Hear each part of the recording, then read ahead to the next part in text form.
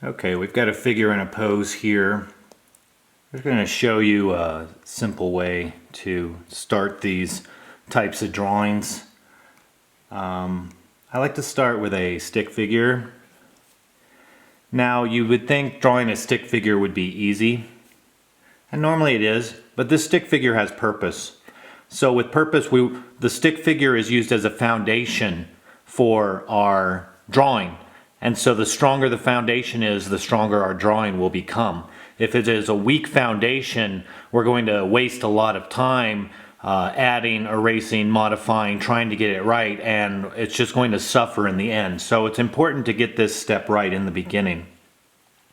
So the most notable feature to start with is the head. I'm going to just use a pencil brush here in Procreate, and I'll use the color red just to so it's visually clear. So with the head, let me talk about precise drawing versus sketchy drawing. Now I can sit here and really try and get this head just the way I see it. And this is what I would consider precise drawing. Notice how I'm being very careful. I'm taking my time.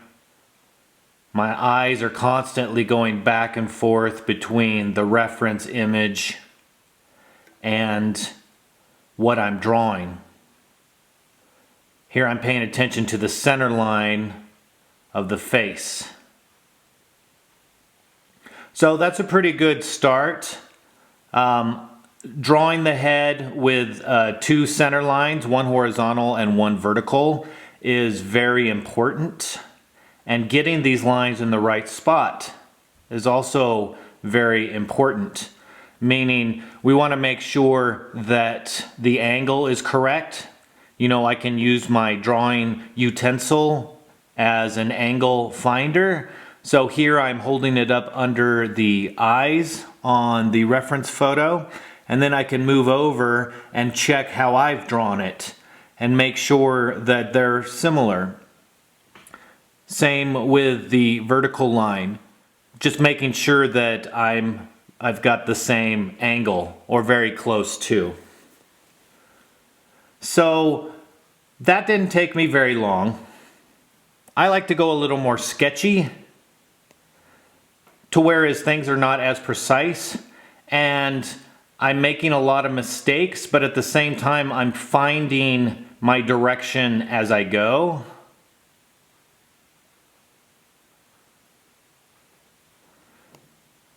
So notice how much quicker I got that drawn.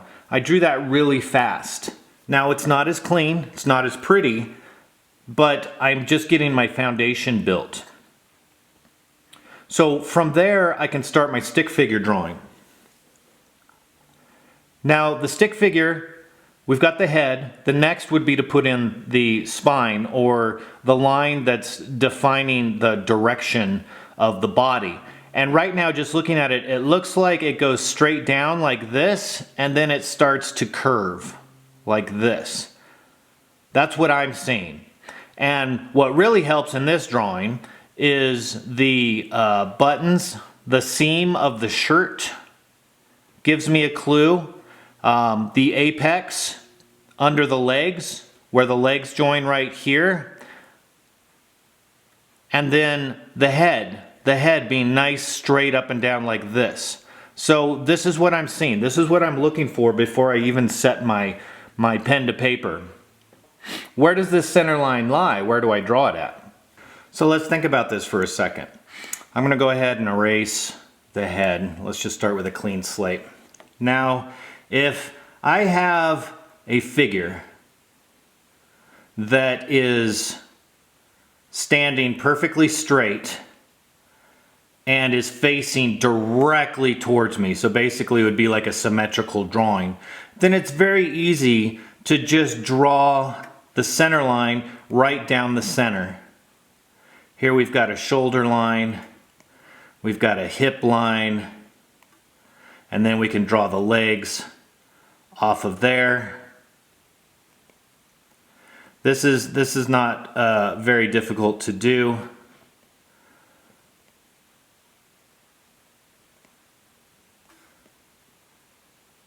So this is what I would consider like a basic stick figure. Now I should point out before I go any further, the parts that are needed in your stick figure. You need joints to show where the limbs bend. So right here we've got elbows and knees. These are important. You want to get these in your stick figure drawing. You want a shoulder line. Right here it's just a line showing the direction of the shoulders. And then you want a hip line right here, which is just a line representing the orientation of the hips. You need the torso line. Now the torso line, a lot of people consider that like the spine. This isn't always the spine. Sometimes this is the front center line on the chest, the front side of the torso. It's not always the back side. You need the top of the thigh, the femur part of the leg, knees, the lower part of the leg, the shins, and then something to represent the feet. I tend to usually draw like these little cone pyramid shapes to represent the feet. And then you need something to represent the hands. So just some ellipses is fine. Again, we're keeping this very simple. You'll want a center line on your head vertically, and you'll also want one horizontally. Now the horizontal one generally refers to the placement of the eyes on the head. And general rule of thumb is that halfway between the top of the head and the chin, halfway between those is your eye line. And this is, I say general rule of thumb because every person's face is a little bit different. And especially if you're doing comic book art or stylized characters, you can adjust these to give your character some life, some personality. Maybe you want the eye line a little higher, which makes their face a little longer. Maybe you've got somebody with a really big, strong chin, in which case you're going to have, you know, a longer lower face down here. And here are the eyes here. You know. So just know that this is a general rule of thumb. It's just a starting point. You get to change all this stuff accordingly. Now, another general rule of thumb is halfway between the eyes and the chin. If you go halfway between there, that's your nose line. So halfway between here and here, there's your nose. And if you were subdivide this again from the nose to the chin, halfway between those two is actually the bottom lip. So when I say bottom lip, here, let me draw a basic lips. Here's the mouth line. You know, it almost looks like a seagull or a bird flying in the distance. And then you can have an upper lip, which comes up like this and sits on top of the mouth line. And then you can have your lower lip down here. And this bottom right here, the bottom of that lower lip, that's what this half line is right there. So knowing these measurements is going to help you get things in place. It's going to help you get them a little closer. You're a little more dialed in. You may have to adjust them as you go, but this is just a good starting point to get things situated. All right, so these are all the elements you need for your stick figure. So now let's go back again to what I was talking about. When we've got a torso that's twisted like this, because I'm looking at the front, I'm more apt to draw this center line like I showed before, along representing the front center plane of the character, as opposed to drawing it as a spine. Some people will draw the spine. Now, if you draw the spine, you have to think of it this way. The head is here. The neck is connecting back here. Notice it's not centered because the head is tilted. The spine, you have to kind of visualize. You have to pretend you can see through like you have X-ray vision. And To me, this is too complicated. We don't need to think, we don't need to deal with that. The only time I deal with actually using the center line as a spine is if I'm looking at the back of the character. So if I'm looking at the front of the character, I ignore the spine. The only thing I'm paying attention to is I see this shape right here.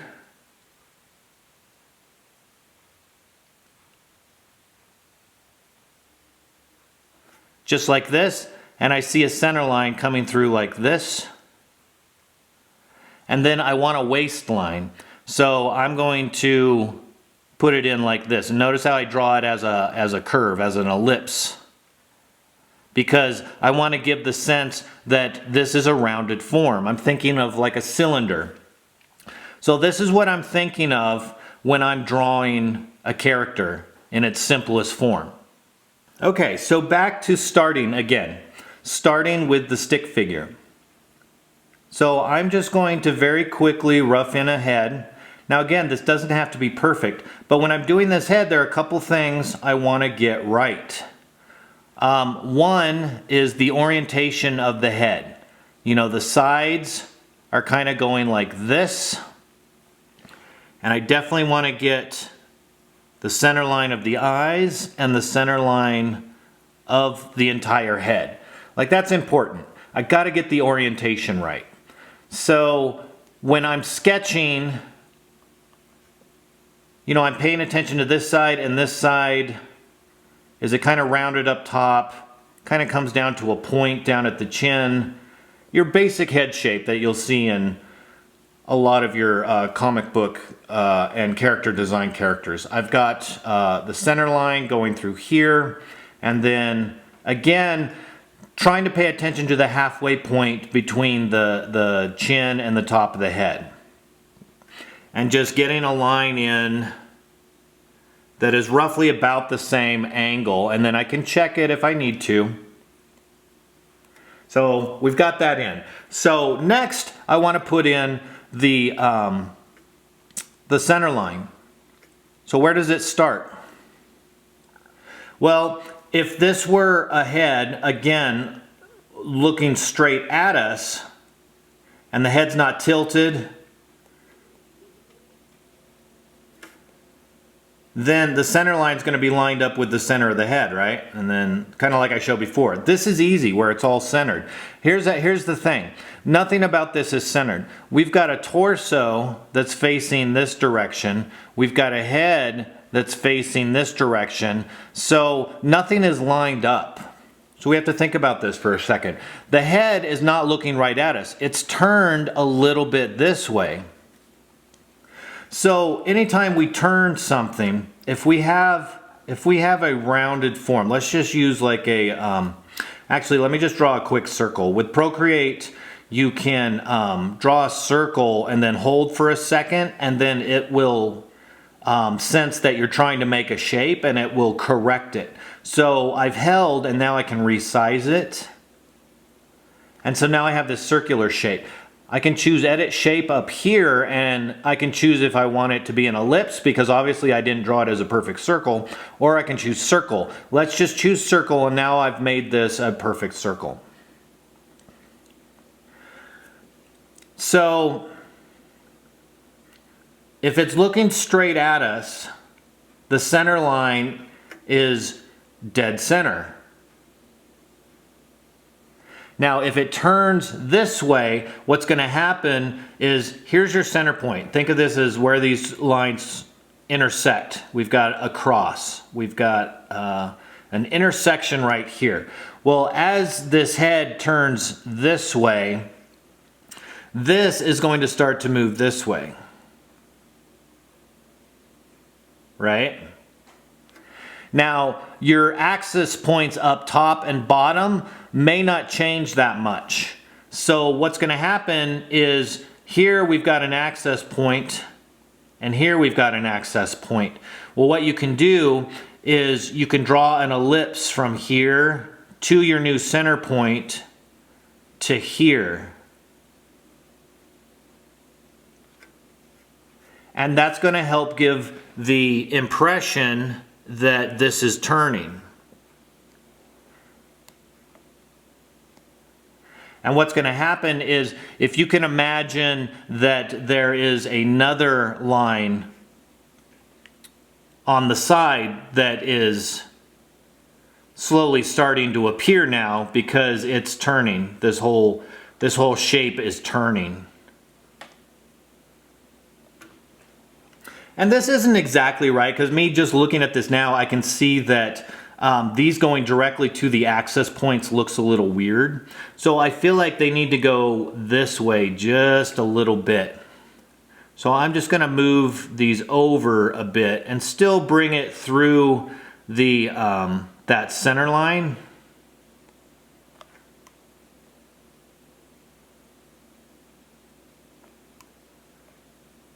But having that curve in there is important, because we're trying to create shapes that look three-dimensional.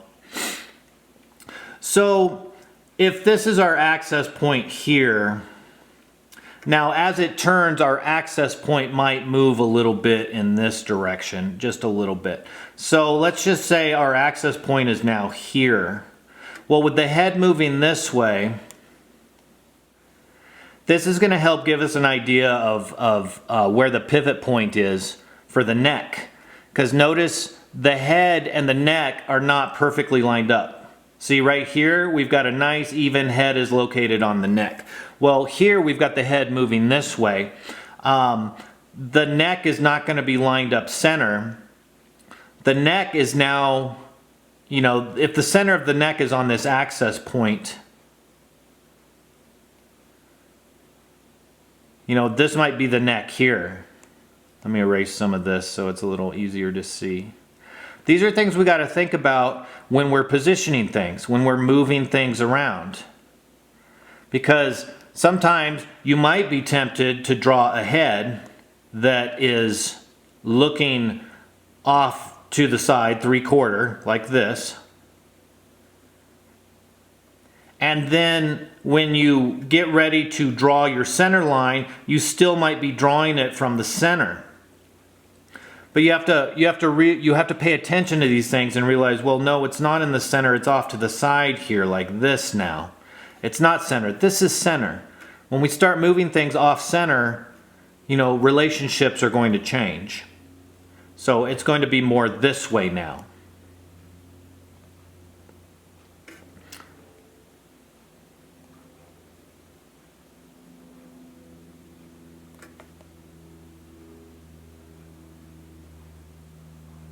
And you'll see too, when you get better and better at drawing and mastering these fundamentals, then it's going to be easier and easier for you to start adjusting things, like and adding a little bit more complexity. So right now this line is a little high. I drew this chin way too long, but and being able to recognize that stuff as you draw is important. So I could adjust that if I want. But the point I'm trying to make here is, notice how I've introduced a jawline now, and we've got a side of a head.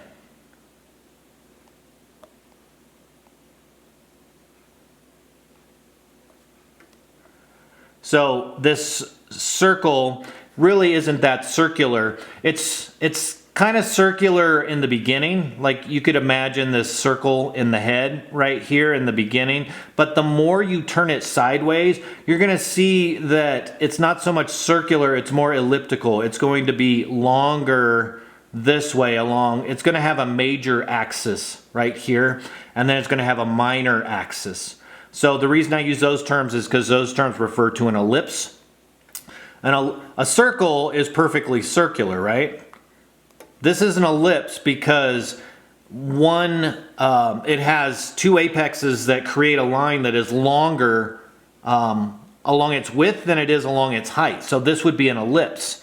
However, if for it to be a circle, they have to be equal. The major axis and the minor axis have to be equal. So this is a circle and this is an ellipse.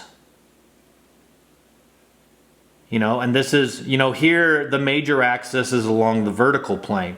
So being able to draw ellipses well is important from any position. And really it's just, you know, simplify them by giving yourself a major axis and a minor axis.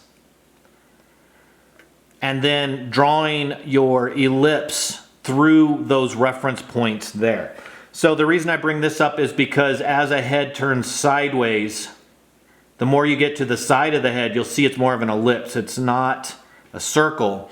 And then, you know, the head comes down, the jaw comes down here and connects like this.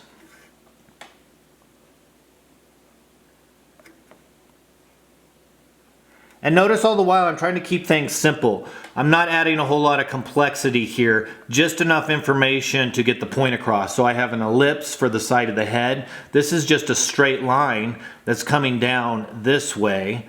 And then I got another line going this way to represent the jawline.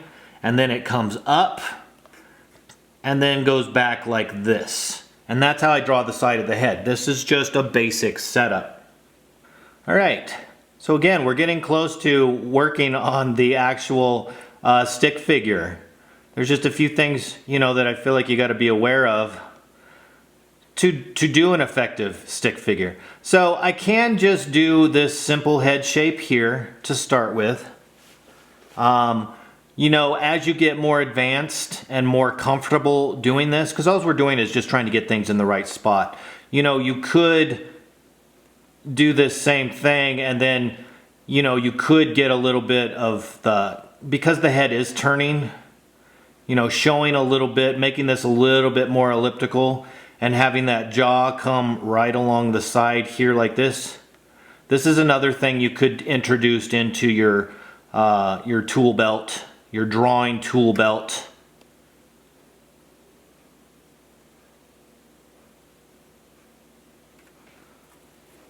But either one is perfectly fine.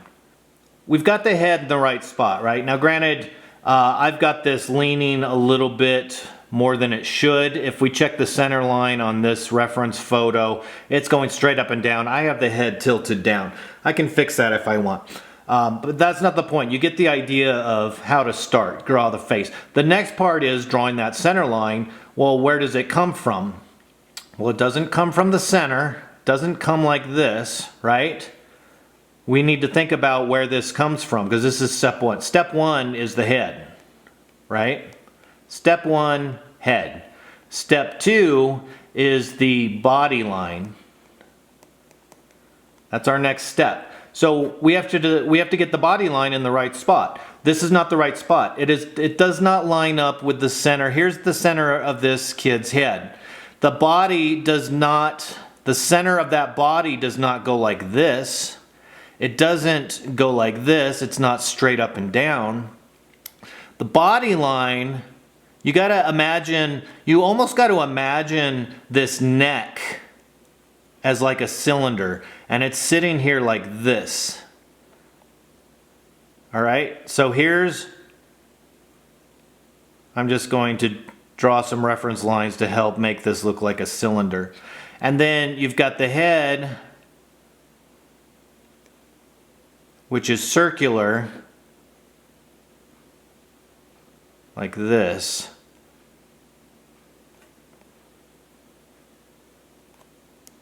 Let me just move this over here to where we can now see it. So see how the neck is positioned? I imagined it like a sphere, and the head is sitting on top of it, and the head is rotated. But you can see these center lines. This center line of the neck is here, and the head is here. So this is no good right here. This is not how we draw that. We need to start it. We need to see that neck and kind of visualize the center of it and say, well, it's kind of more over here like this. And it's coming down, and I'm visualizing this nice swervy curve. And that's another thing. We like to try and keep things nice and smooth. So we've got this nice curve just like this. Procreate even has this feature where you could start and stop again, and then it'll clean up and make it a nice smooth curve for you if you just hold it there until it corrects it. And then up here it said arc created, so I drew an arc. You can then edit the shape and it gives you some control points. You could actually reshape your arc and get it just the way you want it. So this is another option you have at your disposal. Now, I don't necessarily recommend doing this type of nice clean arcs at the beginning, because at the beginning all we're trying to do is get things in place quickly. And for me, I like the sketchy process of just trying to find that arc coming down like this and calling it good, moving on to the next step. Now here's something we need to think about when we draw this body line. A line has a start point and an end point. Well, I figured out where the start point was, right? It's somewhere over here in the head. This swoops down. Now what about the end point? Well, there's a couple things we got to think about here. One, the first thing is, so here's the end point here. How far down do we come? You know, that's a good question. How far, you know, because we could make this too long, in which case this kid is going to have a really long torso. You know, if I have a head here and I draw this all the way down here, you know, and then I've got his body like this. You know, now if I'm drawing a comic book, if I'm drawing a cartoon character that is exaggerated, then maybe this is okay. As you can see, this looks very comical already, because this is what we call proportions. The proportions are off, meaning his torso is really long and his legs are really short. So when that happens, that's where we say the proportions are not correct. This character is not proportionately correct. So establishing this center line right in the beginning and establishing it correctly is what is going to help us get good proportions. So that's why we got to think about, well, where does this end? How far down does it need to go? And this can be a trial and error process. You don't always get it right on the first try, but what you're trying to do is get the direction of that line going. And I don't particularly have this in the right spot. Clearly I've been talking more and sketching a lot and not really paying a whole lot of attention to getting things precise. So let me start again. So I've got a head, and let me get my head a little more, again, the sides of the head, I feel like mine were tilted. Let me get it a little more straight up and down. So here I'm making sure the sides of my head are more vertical. Center line. Notice that when I do my center line, I'm not doing it dead center. I've got more space between here and here than I do here and here. I'm intentionally making this wider than this, and that gives the impression that the head is tilted. It's looking away. It's not looking right at us. It's looking in this direction, and that's how I do that. So I immediately get my center line, make sure it's going right up and down, just like that. This is wider than this. So again, it gives the impression that it's going this way. Let me get my eye line kind of centered right through there like that. Okay, good. Now, I've already established that my starting point for my body line needs to be somewhere in here. I'm just guessing somewhere between the chin and the side of the head. Somewhere in between there should be fine. Again, I'm guessing. A lot of drawing is guessing, but it's educated guessing. So it's using logic to make good guesses. There's some logic behind where I'm guessing at. I'm not putting it over here, You know, I'm not putting it right here along the edge, and I'm not putting it dead center. I'm putting it somewhere between these two, and I can adjust it later if need be. And then looking at the direction that this is going, it's curving. It looks like, you know, it could come out and down like this. If I'm doing a comic book character, there's a term in animation and in comics that is very useful, and that's exaggeration. So we could draw this, if we're doing this, if we were doing a realism drawing, we would not exaggerate. We would try and do everything exactly how we see it, right? But when we're doing fantasy, comic book art, anything that's out of the realm of realism, then we can exaggerate things. So we can, instead of having this torso just kind of, notice this is just kind of a gradual curve from here to here. Well, what we could do is we could exaggerate that, and we could make it a little more dynamic. So we get a little bit more of a bend, and then it creates a little bit more drama and excitement in our character. So this is the stage where we could introduce that. So this is all the stuff I'm thinking of before I even start this line. So I've got this the starting point. Let me just bring it out a little bit, and then start to bring it back. And then let's just say I'm going to end it right here.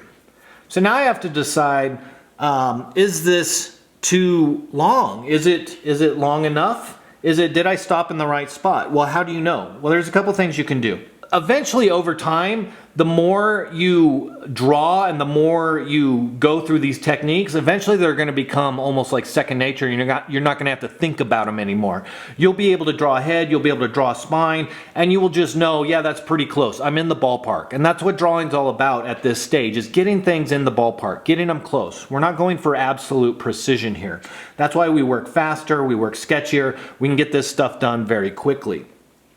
So we're not at that point yet to know that I can't look at this and be like, yeah, that's perfect. No, I don't know that yet. So let me show you some things you can do to help dial in your calibration process. One thing is to look at the size of the head. We can look at the, let me make a new layer here so I can move this around. Let's look at the size of the head here.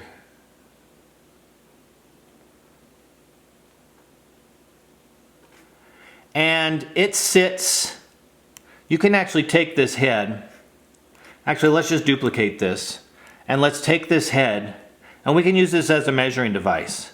So I'm going to put one here right under his head. You can three finger, on Procreate it's really cool, you can three finger slide down, and then here's your duplicate. So you can just quickly duplicate layers very quickly. The other option is to simply go into your layer, slide it over to the left here and choose duplicate. That's another thing. So already what I'm doing is I'm trying to establish where the hip line ends. Now, I've already started measuring, but I've skipped a step. I haven't actually described where the hips, what are we measuring? Where do the hips end? Where do we want to put those hips at? So let me back up a second. And let's decide, where are these hips? Where's our hip line?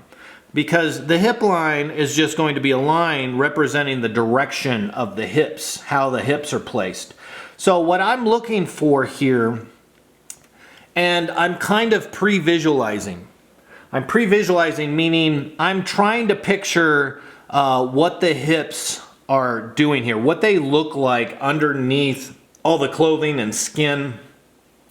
And what I like to do is just try and imagine the hips as like a box. So a box, the edges are going to be parallel, right?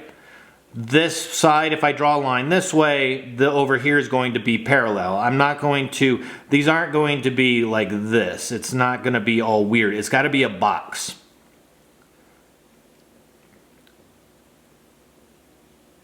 And here's what I'm seeing when I look at this character.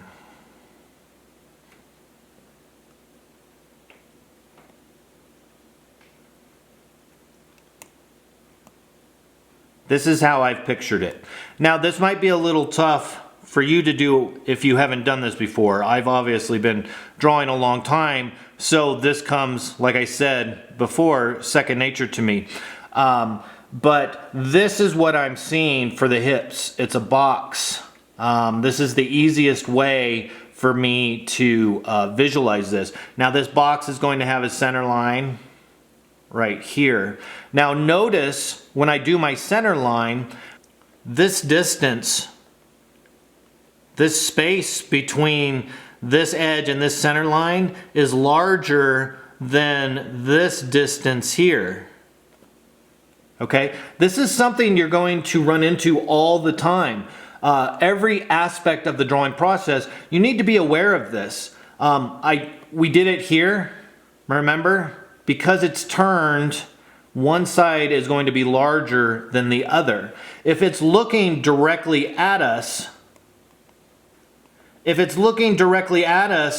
then yeah, this side will be equal to this side. But anytime it's not looking directly at us, anytime it's turned, then you're going to have one side that is larger than the other side. How do you know which side is larger? Well, whichever side is closest to you. Okay? This side of this box is closest to us. This one is further away.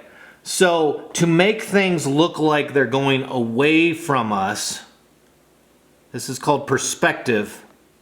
You know, things going away from us, you know, if we have a ball and it's this size when it's up close, as it gets further and further away from us, it's going to get smaller, like this.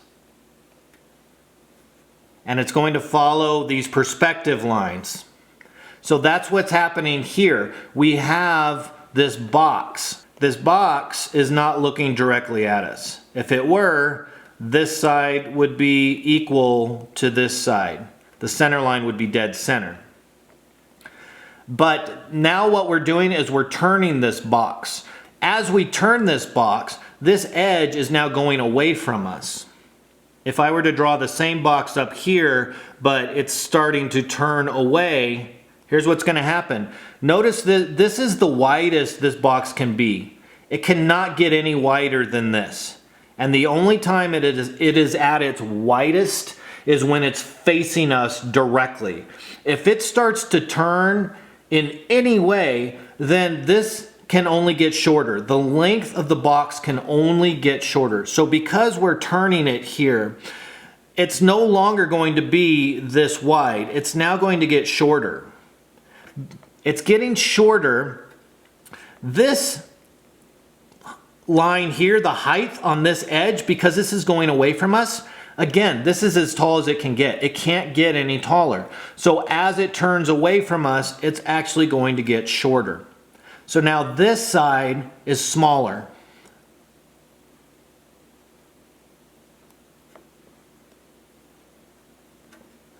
Now the center line, you just kind of have to eyeball it and see what looks good. But because this has gotten shorter this way, this has stayed the same really. We've got, this automatically gives you a larger space between these two lines and a smaller space between these two lines.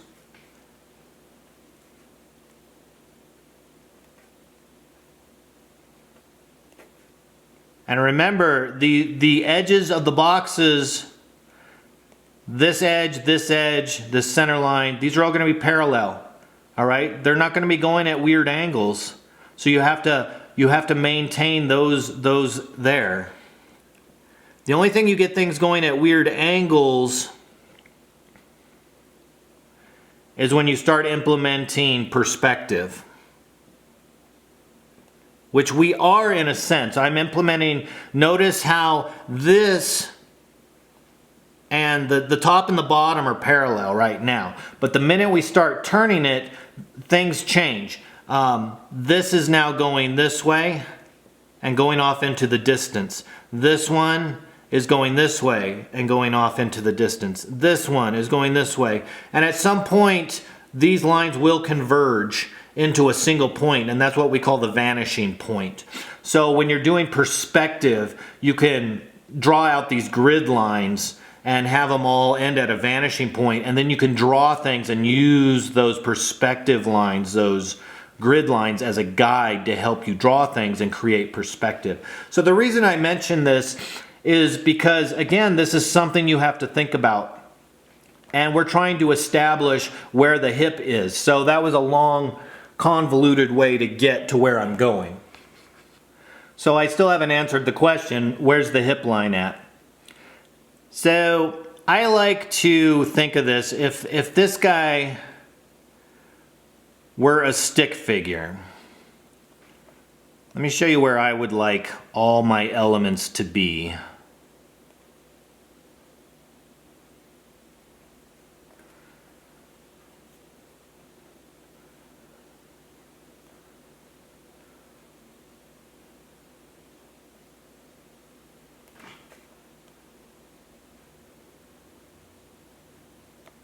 And there's a reason why I choose these points for where I want things. I want the shoulder line right here. All I'm doing is I'm connecting one shoulder to the other shoulder. And let's just leave the arms out for a second. And let's turn this guy off for a second, and let's bring him out here like this. So this is what I'm looking for. Let me clean up this hip line a little bit. Now here's something to think about too. This is a child. The child is not fully developed, so the lengths of the bones are going to be a little bit different than a full-grown adult.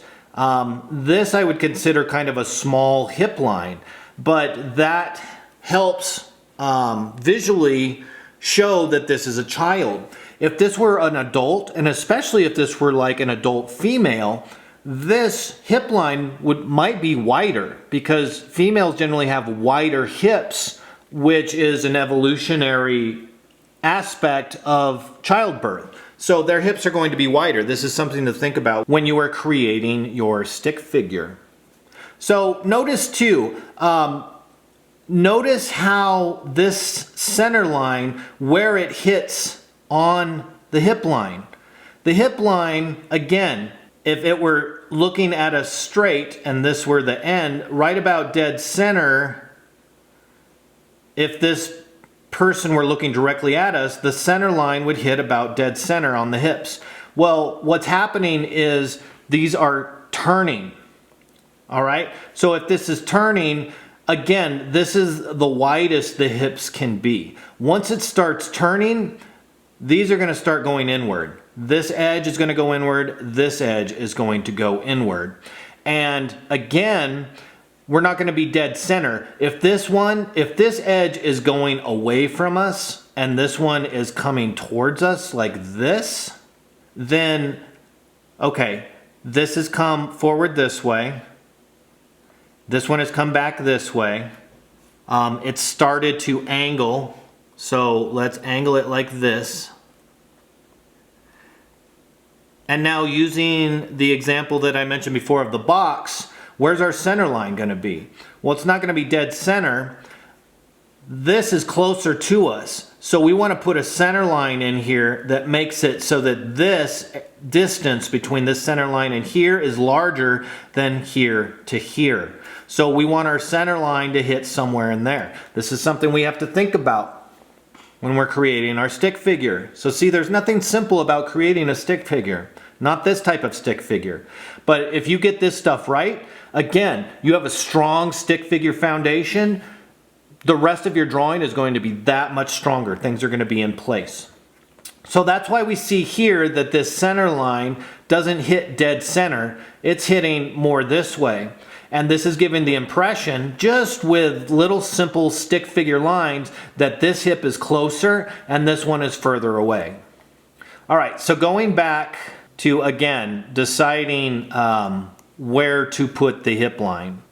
Again, it doesn't have to be real precise, but the reason I like to put it right here is based on anatomy. If we look at a skeleton, you know, the hips or the pelvis region kind of looks like this. It's basically a box that has sloped sides going like this.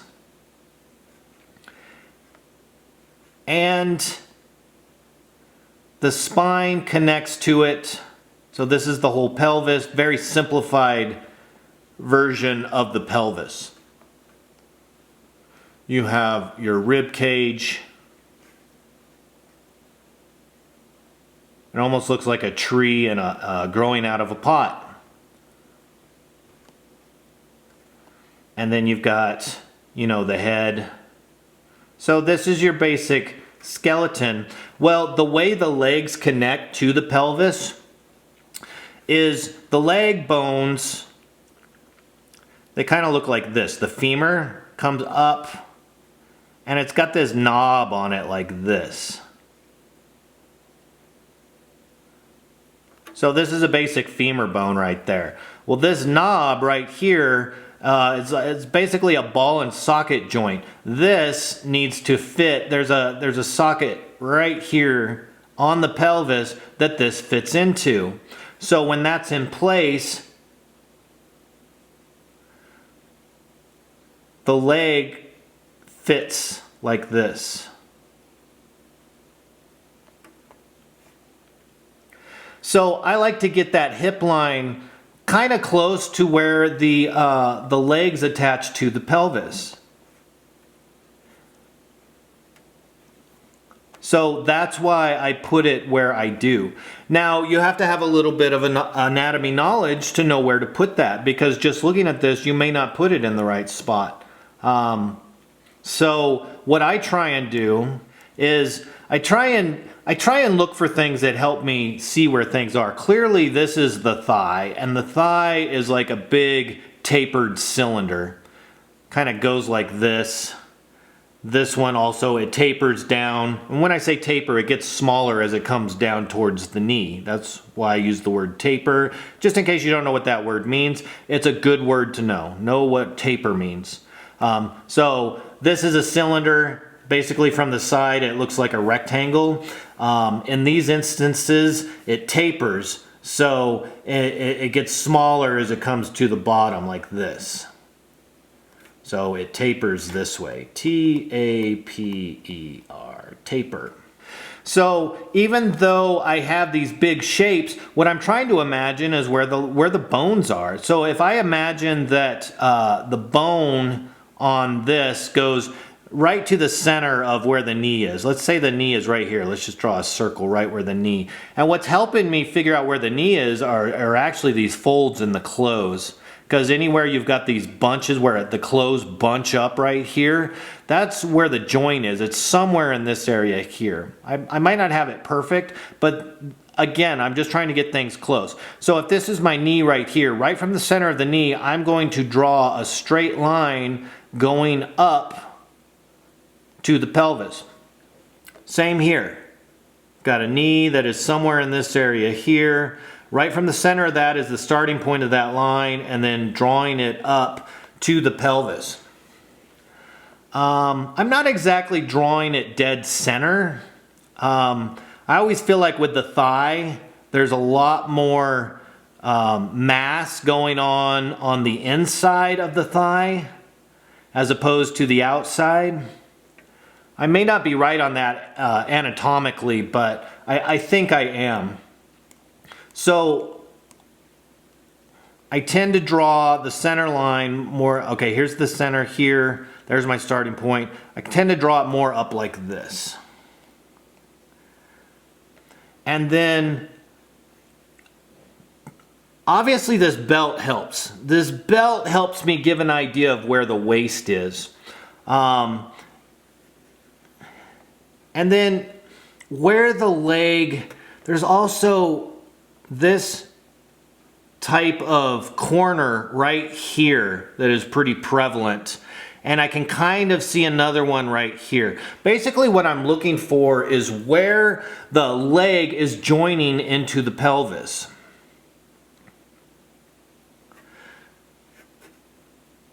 So I can kind of see here and here. So knee, knee. This is helping me figure out where the leg is going to join to the pelvis. So it's going to come up to this line here. And I feel like it's got to come up a little higher. It's got to be, to me, the hip line is somewhere right in here.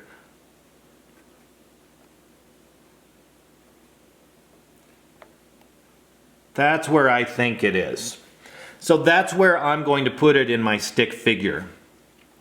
So here's the bottom of the pelvis. The waistline again is right up here, which makes me, to me, I really feel like the pelvis, maybe I really feel like the pelvis sits here. And you know where the hip joints are? If you feel on your body where the front of your hips are, there's a point where the iliac crest comes to the front and changes direction sharply and starts to come down like this. And this point right here, you know, that's basically what we consider the hips, is that point there. So knowing where that is very helpful when you're drawing figures. So that's why I really encourage you to study anatomy whenever you can, because this is only going to help your drawing. But for right now, I'm trying to guess where these hips are. And so this is my educated guess based on the information I can see around here. This might be a little high. Again, I don't think the belt, I imagine his belt is up a little higher. I don't know. I'm going to say right here, I would guess, is where one of those points is. And judging on the belt, how the belt sits right here, that means the other one is going to be over on this side and just as far under the belt as this one is. So that's given me an idea of where the points are on the pelvic bone. So with that being said, I know where the bottom of the pelvis is and I know where the top of the pelvis is, roughly. And so I've got a knee here. I can come up and basically right there and right there. So it's not halfway between, it's a little closer to the bottom. But this is going to be roughly where I'm going to put my hip line or my pelvis line on my drawing for my stick figure. And I also want to make sure that I get it angled right. You know, this is a really tough one to see, especially with all the clothing. We have no landmarks to go off of. So are the hips going straight across like this? Are they going at an angle like this? Are they going at an angle like this? It could be really confusing. And so again, having an understanding of anatomy, I think is really going to help figure out how to do this. But going back to what I talked about earlier, I'm thinking of like a box. And to me, I'm looking at the belt for a clue. The belt is kind of going at an angle like this. Now the belt is following the waist and the waist is following the pelvis. So that clues me in that the pelvis is going to be going in this direction here. This leg is a little bit further away from us. The whole body is not looking straight at us. It's turned a little bit. The body is turned in this direction. Because it's turned in this direction, that means this hip right here is going to be closer to us, and this hip over here is going to be further away from us. You know, and if visualizing the pelvis as like a barrel is easier for you, then do that as well. You're trying to find things that are easy for you to understand and implement. All right, so that was a very long-winded way of me explaining how to decide the hip line and where it's at. So now that we've decided that it is somewhere between the belt and the bottom, the apex of the pants right here, let's just take an educated guess and say it is somewhere in there. That's probably the simplest way to decide. So I just went through a really complicated way of determining, but that was the complex, more precise way. This is the more simple way. I looked at the bottom here and I looked at the belt here and I decided somewhere in between there, that's where I'm going to put the hip line.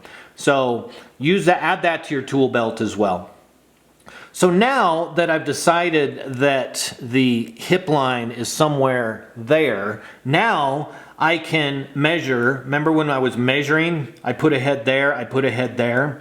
So this tells me that my hip line is almost 2 heads below this head here.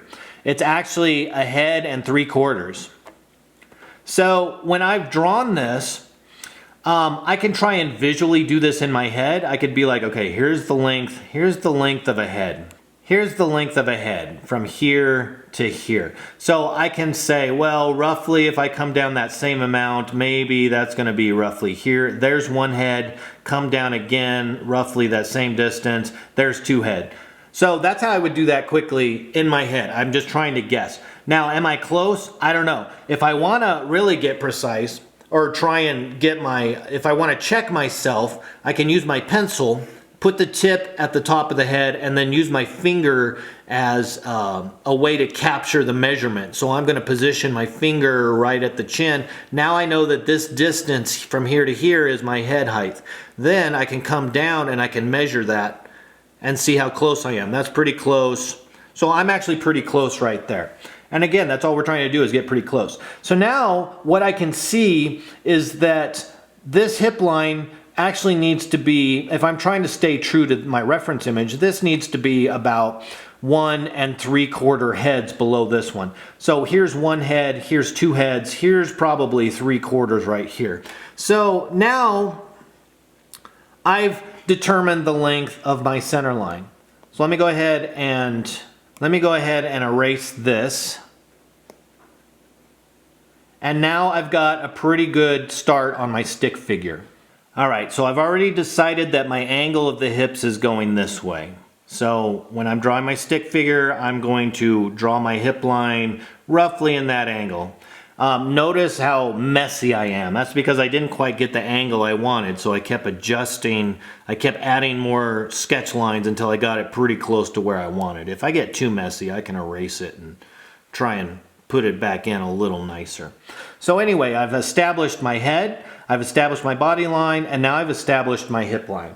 Now there's one other thing that I want to add, because this point here, where the center body line meets the hip line right here, there's one more thing we could check, because we still might not have this in the right spot.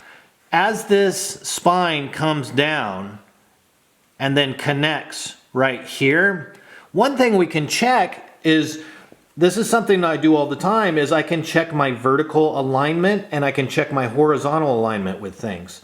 Now, what I mean by this is, where does this point line up with any elements up here, just to help me get things in the right spot. So I can hold my pencil vertically and I can try and see, what does that line up with? And right now, it looks like it almost lines up with the center of the head right there, like it's really close.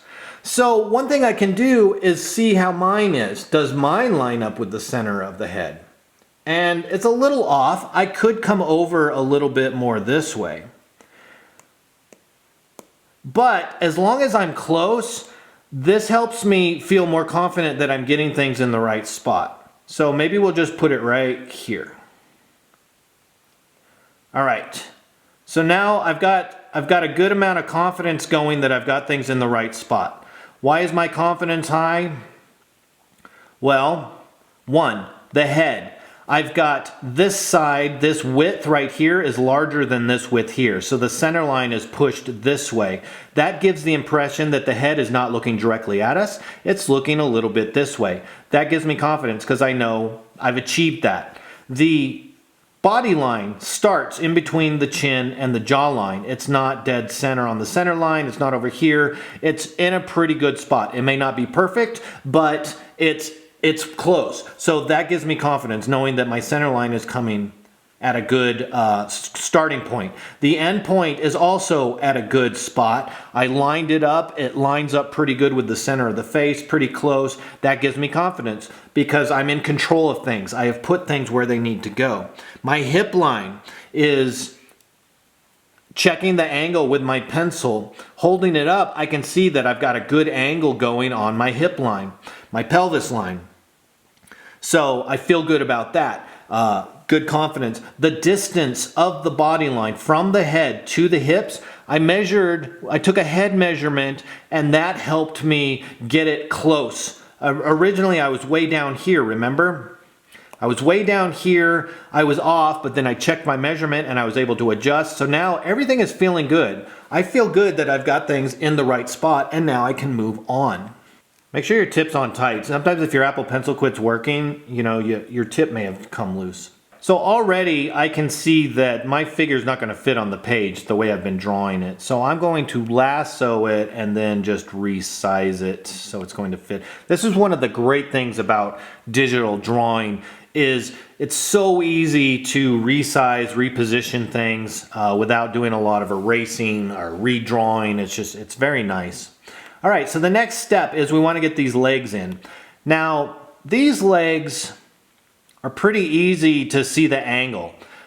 This thigh and this side, this is what we're going to work on next. We want to get the thighs in the right spot.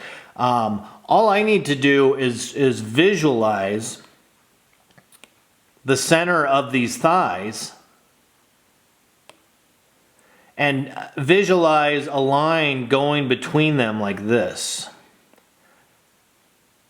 Like this and like this. And then from there, I can check the angle with my pencil. All right, so the next thing we got to think about is the width, because we established the direction and the placement of the hips, but we haven't established how wide they are.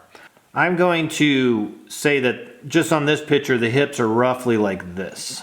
All right, so here's a point and here's a point, right here and here. So I have to decide on my stick figure how wide is that. One method that can be used quite often in drawing and is another tool you should add to your art tool belt is what's called triangulation.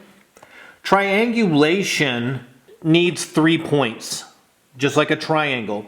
So I've got a point here and I've got a point here. Now to help me decide where these two, like the distance between these two, I'm gonna find a landmark up here that is pretty obvious. And maybe even because I have the center point, I have a center on my face already, it might be good to just use this point right here.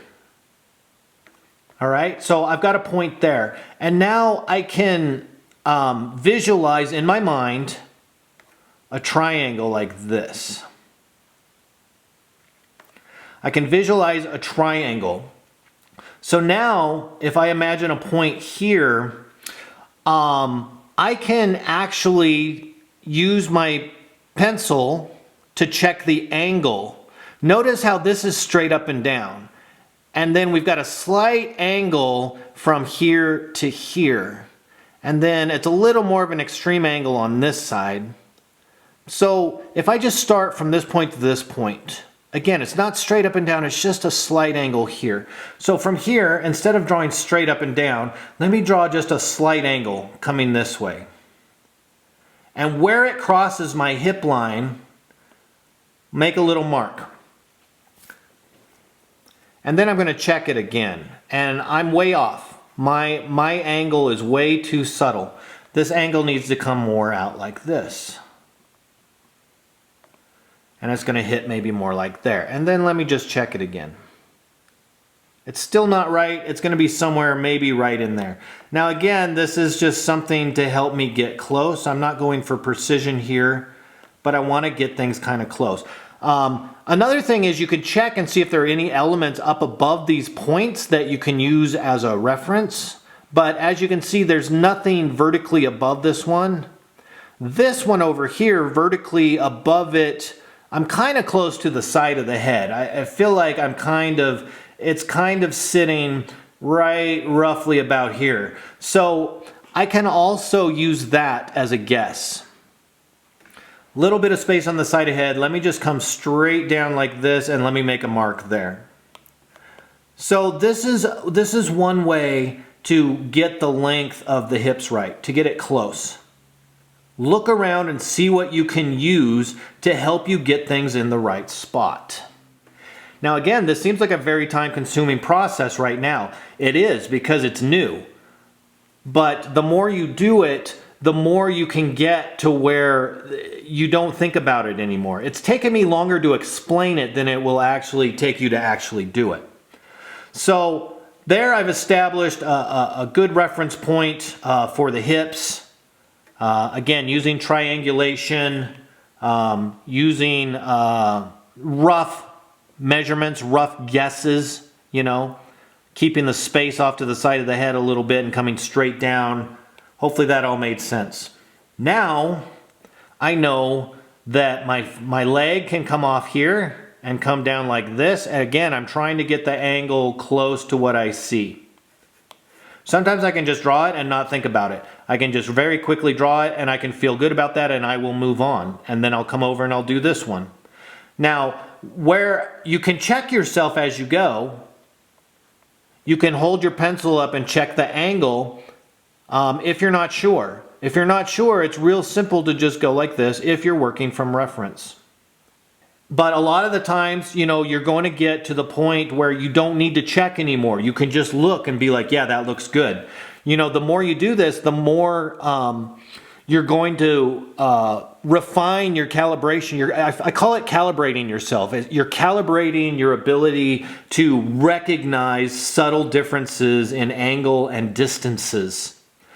You don't have it to begin with. It's not something you have. It's something you have to develop. And the way you develop it is, again, by using these little tools. You know, taking a measurement from the head, use that as a measuring device, checking angles, triangulating, checking distances, you know, capturing distances. These are all tools that can help you get to the point and calibrate your vision and mind to work together to where when you draw, you can just very quickly put it in and be like, that looks good, and then move on. And that's how you get quicker and quicker.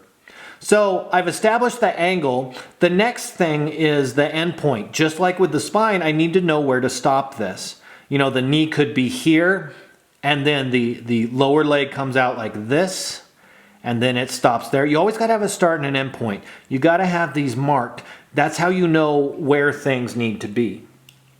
Now, on a comic book character, usually we'll draw the legs a little longer than what they are in real life. That's something you get to decide as an artist, how you approach this. If we're doing this realistically, again, we could use that head measurement. We could take one of these heads, and we could use that as a unit of measurement.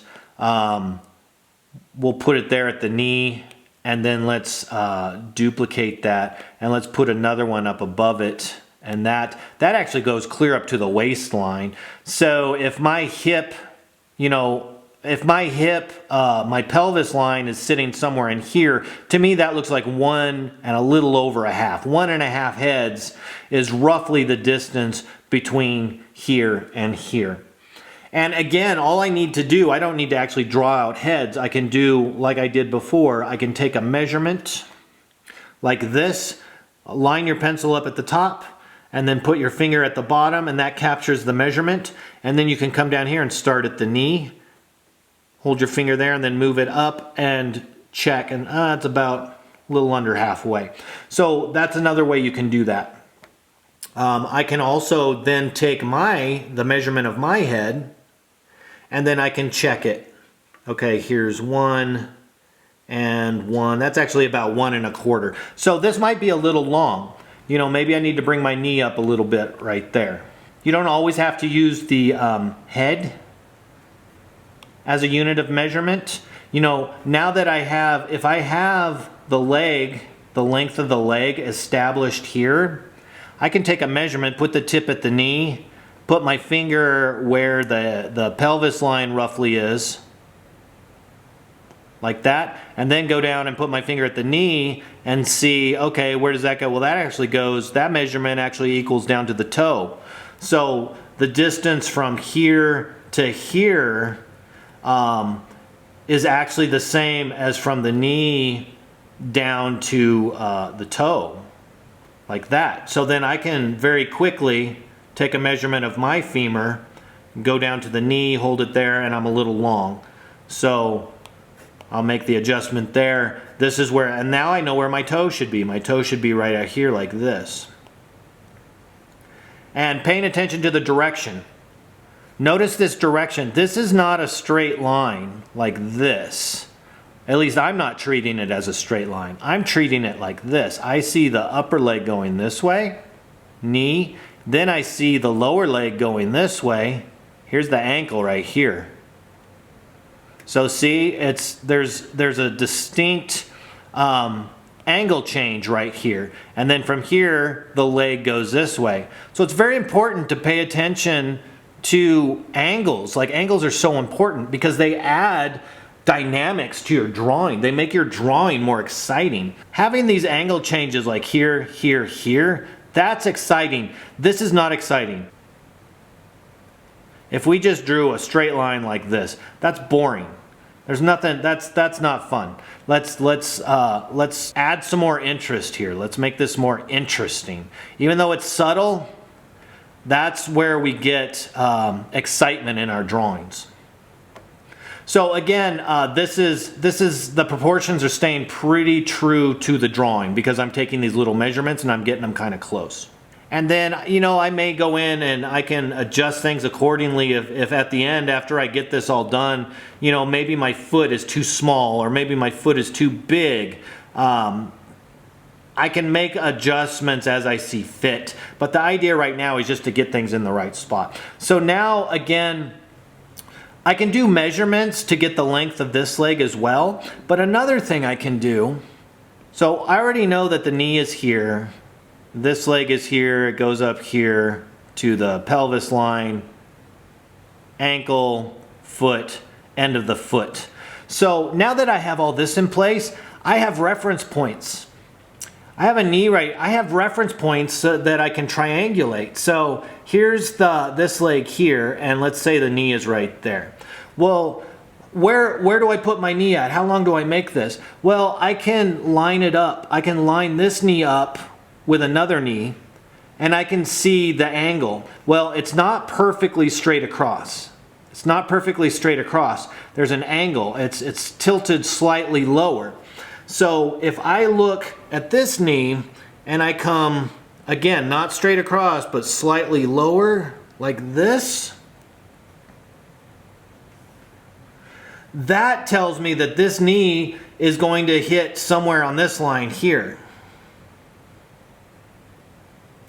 So this was a very quick way to get the knee in the close proximity of where it needs to go. And then same here.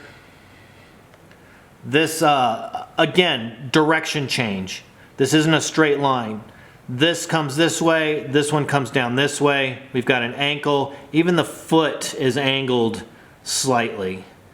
Noticing these things and getting them in your drawings is going to make things very interesting and much more dynamic. So here's the foot here. There's an angle between the bottom of the feet that I can use to help me get the foot in the right spot. And again, it's also angled slightly at a slope this way. So, you know, drawing a guideline from this foot down at an angle like that and then checking it, this is going to help me. I already know that this upper leg right here is going in this direction, and then I know that this leg is going slightly down this direction. So here I can come down. As long as I'm not going in the same direction as the thigh. I know that the lower leg is coming more down this way. I can bring it down like that. And then I've established where the ground line is. Then I can quickly add my foot right there like that. Again, I'm running out of room. So let me scale this guy a bit. And again, this is just the whole process that's going through my head as I'm creating my stick figure. Now I can triangulate as well. Because maybe this, to me, when I look at this, it feels like this foot is way out far. Like I feel like it's out further than it needs to be. And so I can check the angle between the side of the head and like the center of the foot. I can just check that angle. And then as I come over here, yes, I can instantly see my foot is out way too far. My foot should be here. That's what I'm seeing from this angle. Yes.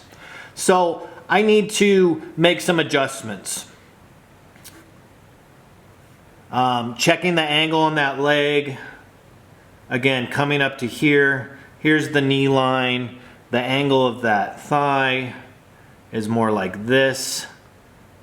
And so I'm going to erase all this. Check the hip now lines up with the side of the head. So this feels better now. This looks better to me. So you'll make little corrections as you go. It's always important that after you draw something, step back and look at it as a whole and say, okay, like, you know, you could see I felt like this foot was just way too far forward. So just using the tools that I have in my toolbox to help me get things in the right spot. So we're almost done here. We've got the lower legs done. The only thing we have left to do is the shoulders, the arms, and hands. We're going to do those the exact same way that we did the legs. I'm going to look at the shoulders. To me, here's a center point. Here's the center of his shoulder right here. We've got a shoulder that sits right here. It looks like a little shield. This is how I picture shoulders. And then there's a cylinder coming down like this.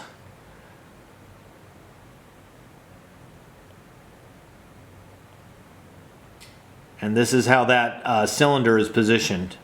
Over here, right under the shirt, again, having the anatomy, some experience with anatomy is going to help you get through this stuff quicker because you know where things are. Here's a bicep. This shoulder over here comes over like this.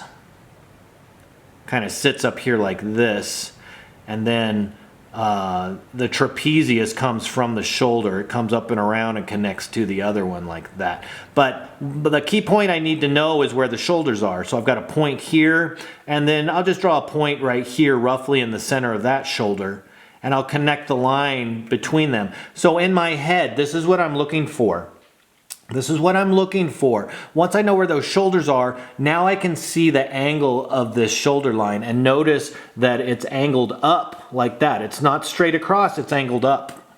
So this is going to help me plot that line in.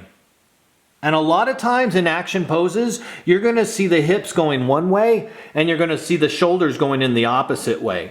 This creates a nice contrast, and this is something you see in figures all the time, and it creates a lot of dynamics when you have the hips going one way, the shoulders going another. So again, check my angle between those shoulders. It's not bad. It's not perfect, but it's close, and I like the way it's looking.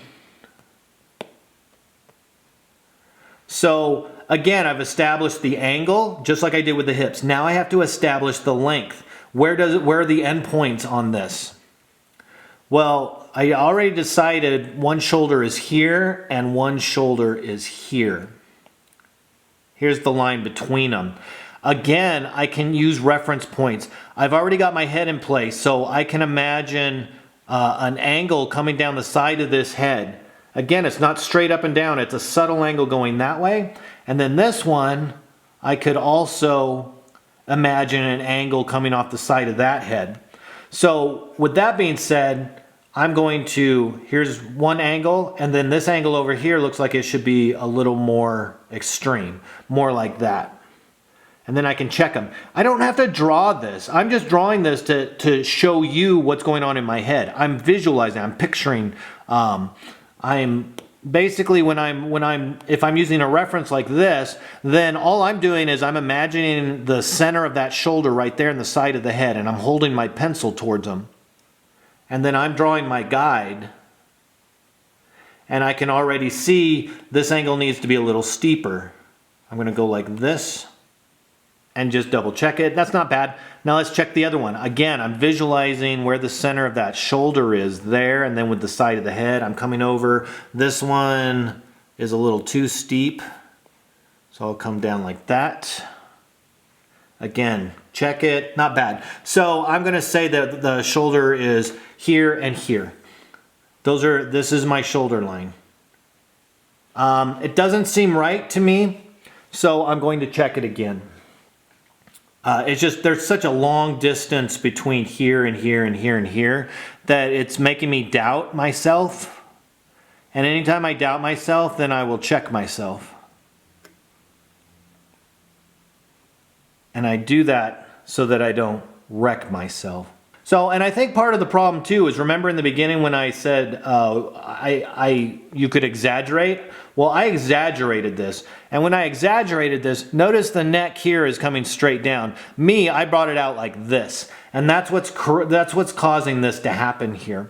So, because I pushed everything out, that's got to move everything over. So, I'm going to go ahead and just push my shoulders over a little bit like this.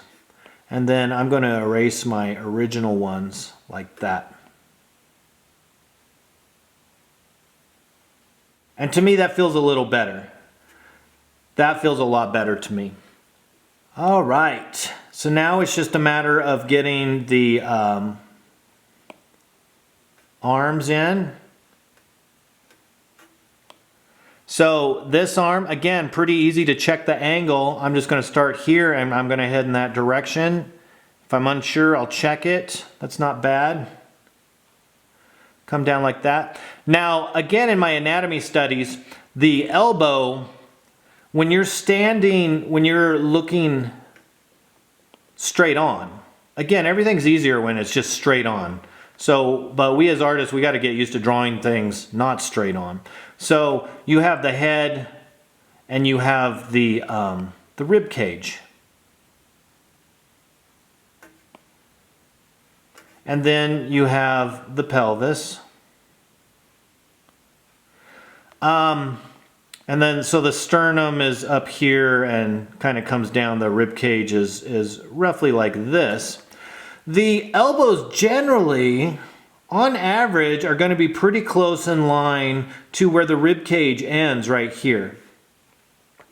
And the way the arms set on a skeleton, you have the clavicles, which to me I have always pictured as like bike handles.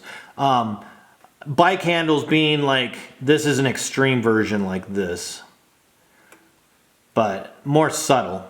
So let's say this is the clavicles. They come out like this, and then the arm actually starts here and comes down like this.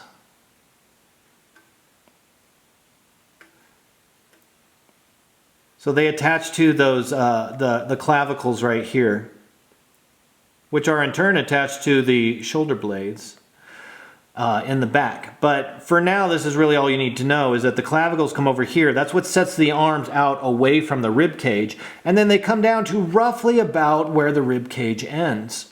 And then the lower arm comes down, and if I remember right, the wrists hit somewhere about, they line up roughly about where those legs bone sockets are.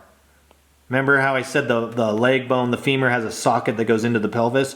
The wrist, I'm pretty sure, I could be off, I might have to double check that, but that's pretty much where the wrist is. Pretty close to there. And then you've got the hand and the fingers add the extra length. The fingers, I've always felt, if you're standing at your side, the fingers come down to roughly about the middle of the thigh. Again, some people will have longer arms, shorter arms. But again, these are just general rules. So granted, if I try and picture on this reference image, I'm going to try and guess where this kid's rib cage is. I'm going to guess it sits right in here like this.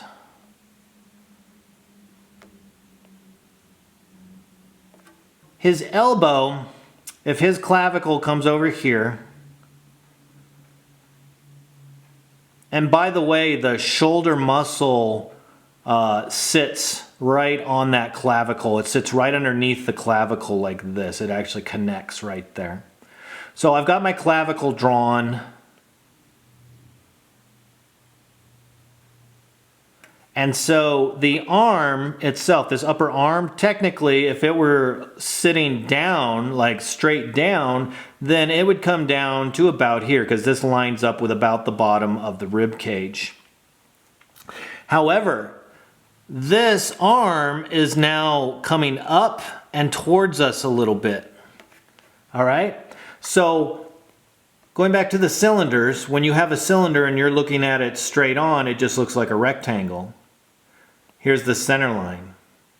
It's a really good skill to have to be able to draw boxes and cylinders from any angle.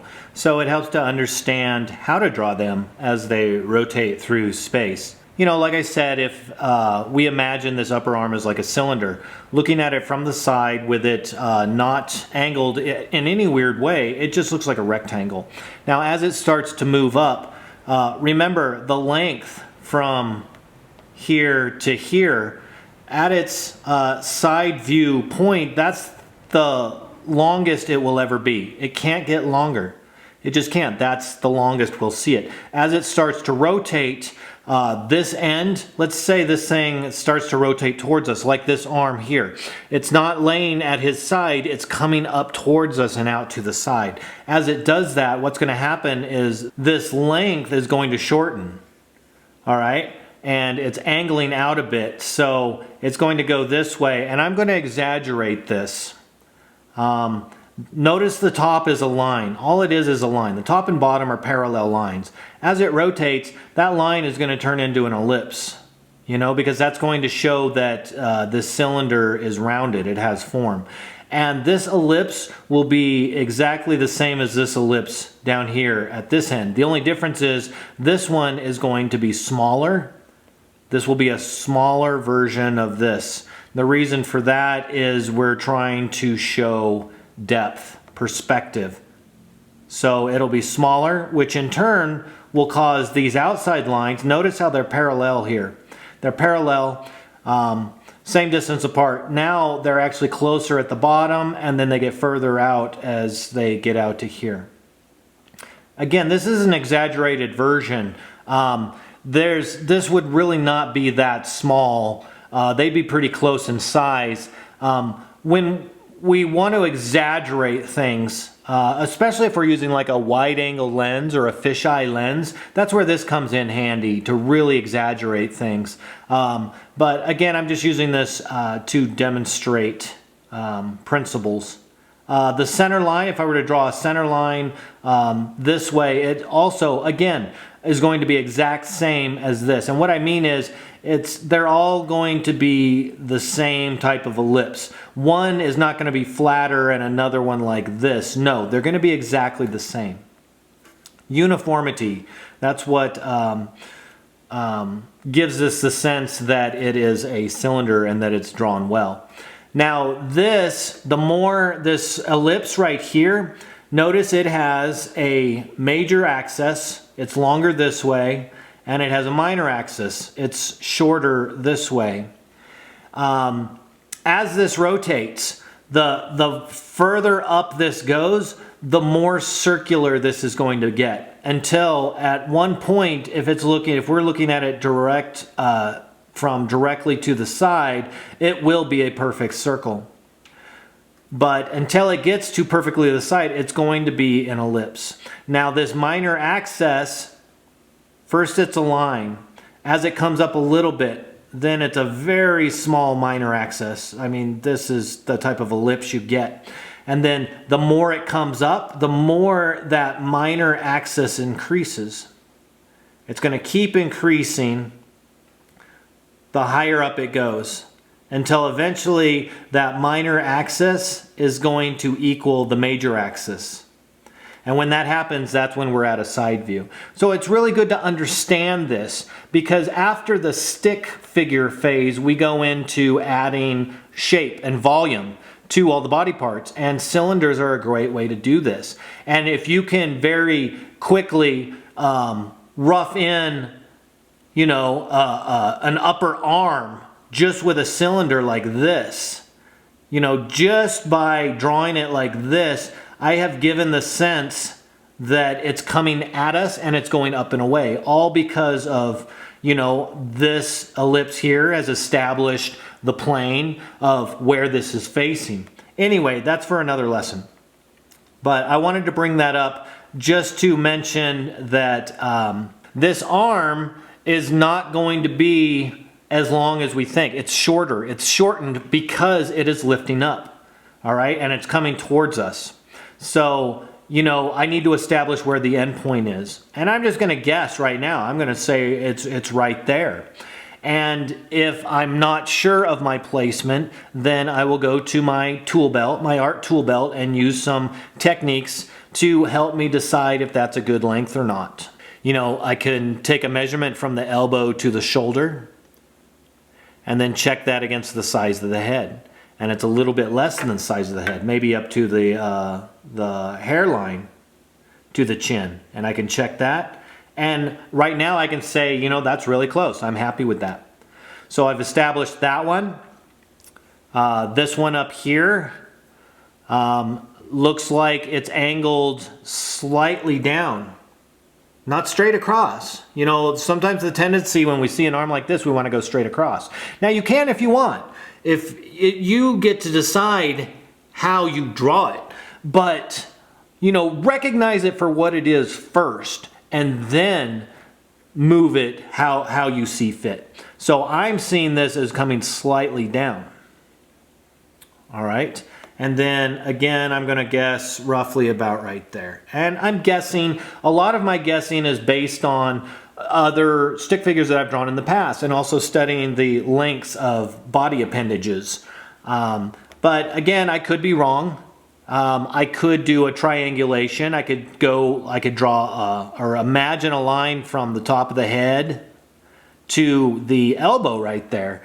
And then I can check the angle, come over here, and again, I'm really close. So it's always nice when you can just draw this stuff without doing your reference lines, because you work faster. There's a lot more of a payoff at the end. You feel more confident. It's a lot funner. You get it done quicker, and you feel in control of what you're doing.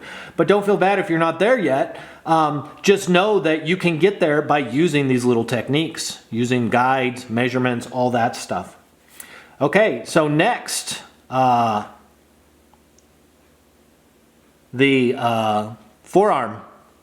I'm just going to go up like that. It looks like the wrist hits just above the eyes. I'm going to say right about there. And then this one, this arm, again, is not straight across. It's coming up at an angle a little bit, kind of like that. And the wrist lines up, looks like it lines up with that eye right there. So I'd say right there, roughly, maybe right there. There's the wrist. So again, I'm establishing the direction of the line, the starting point and the end point. Got those in place. Last thing is the hands. You can use circles, you can use boxes. The main thing is get the direction. You know, I see the direction on this hand right there. Make sure you get the direction right. This one, I would probably just use a little circle on. The direction on this one, the direction is basically what you see, what has a visual direction. And for me, on this one, you can see the front of the knuckles going this way. Whereas on this one, I'm actually looking at the direction of the hand itself. So this one, check that angle. It's kind of an extreme angle there. And then I would just, if that's the wrist there, you know, even just a box like this or a circle, and then maybe bring it back to the wrist like this. And then this one, again, just a box, something just to give the idea of where the hand is going to be. And so there's the stick figure. Those are all the steps in building a stick figure. So I hope I've proven that drawing stick figures is not easy at all. At all. When you say you start a drawing with a stick figure, you think, oh, well, that's simple. No, not simple at all. This is the type of stick figure I want to see and I want to work with, because now that I have that, now my next stage is to go into fleshing it out. And normally what I do, I could either knock the opacity down on this guy and then I'll make a new layer and maybe start drawing in a different color. But from here, now it's a matter of, again, using my cylinders, tapering them. And mind you, right now, I'm not using my reference image. I'm actually just using my, I'm using the reference image a little bit, but I'm just using my, my stick figure to determine where all these new elements go. I'm basically more concerned with the body, the forms. And granted, these are more like modified cylinders, and these are just based on, you know, how I've drawn in years and how I've seen, you know, like, for example, this lower leg, you know, it's wider right up here as it comes off the knee, and then it tapers down. Same as here, it tapers down, it's a little wider through here. Again, still just working rough. I'll get my rib cage in.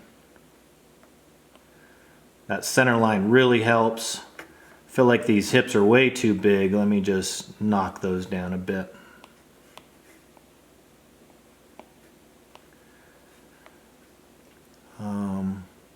Getting that clavicle in, and then those shoulders, again, kind of like shields.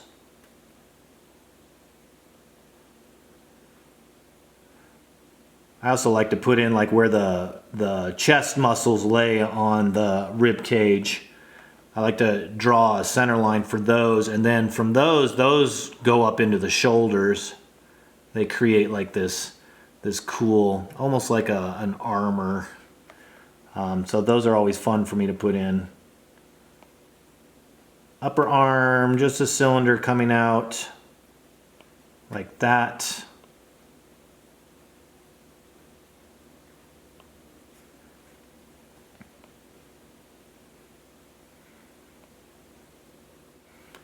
And then the neck coming down like that.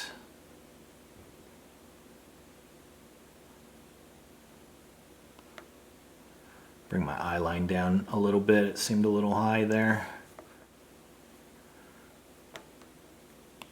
So let me turn the little stick figure off. So now you can see I've got a body that I was able to rough in rather quickly, and you know, I can look this over and find some areas that I don't like and just kind of go in and tweak those really quick.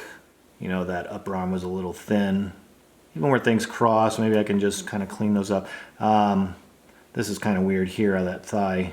I was kind of exaggerating there, so. There we go, more like that. So from here, I've got a really strong foundation. Again, everything's in the right spot. This hand might be a little high. So the fun thing with digital is grabbing the lasso tool and just grabbing a body part and, you know, dropping it down a little bit more in the right spot. Maybe it's a little big. You can shrink it a little. And again, this is very rough. This is a very rough stage. So, you know, it can look messy. It doesn't, you know, moving things around. It doesn't need to be perfect at this point because we're slowly taking it to perfect, and this is how we start. You know, this is a good foundation for a model. From here, I can take that and knock the opacity down and go into a new layer, and I can start, you know, well, if I were to clothe this thing, you know, now maybe I was going to clothe it differently. Maybe, you know, I could start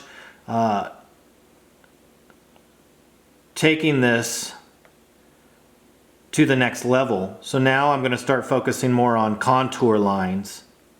You know, here I want a nice curve, bring this back like this. You know, just kind of exaggerating things a little bit.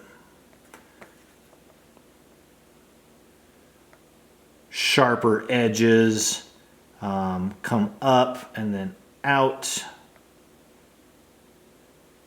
This is where it starts getting fun for me. And again, having that anatomy knowledge. Studying anatomy is so important for this type of work. You know, just knowing, why is there a curve like this? You know, why does it suddenly change directions right there? Like, what's going on? How did you know to do that? Well, the reason I knew to do that is because when I studied anatomy, I learned that the thigh muscles, there's a muscle on the inside called the vastus medialis, and it's a teardrop muscle, and it sits in there, and then there's a big belt like strap muscle that follows its contour and goes up to the hip, you know, right through here. That's called the sartorius. And so it creates this cool, nice, smooth curve like that. And so by studying muscles, I learned that, okay, the end of that muscle connects to the point of the pelvis, and it comes all the way down, wraps around the inside of the leg, and goes, you know, behind the knee. So just knowing that allows me to add this to my drawing. And then in here we've got the inner thigh muscles, the groin muscles that they come off of the pelvis bone right through here, and then it's also a little fattier through here, so they form the inside here. And then, you know, the top of the kneecap, there's I think it's the rectus femoris that comes from the top of the kneecap, and it rides along the center of the thigh. Now maybe I won't actually show it in this drawing, but just knowing that it's there is helpful. Now I feel like that's too distracting. I don't need, if I'm going for really muscly legs and I want to show all that, then sure, I'll throw that in there.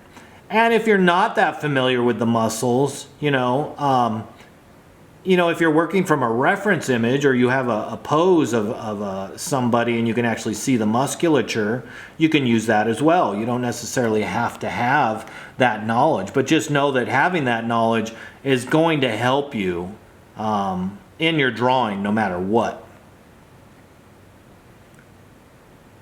Now I'll just come across here with the, just simplify the pelvis area. And then, you know, coming under here, we might start to see a little bit of the hamstrings back there, which kind of have this cool shape to them.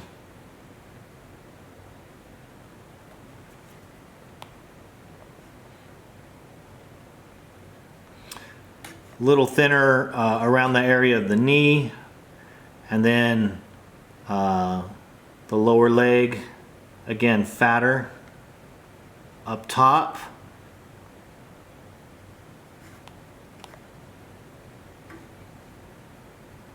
Got a little, just kind of, I'm varying my lines, so I'm going like areas that are nice and straight right there around the knee, and then as it goes up into the thigh muscles, I get a little more curvy. You know, these are things as an artist I get to play with to create interest in my drawings, in my artwork.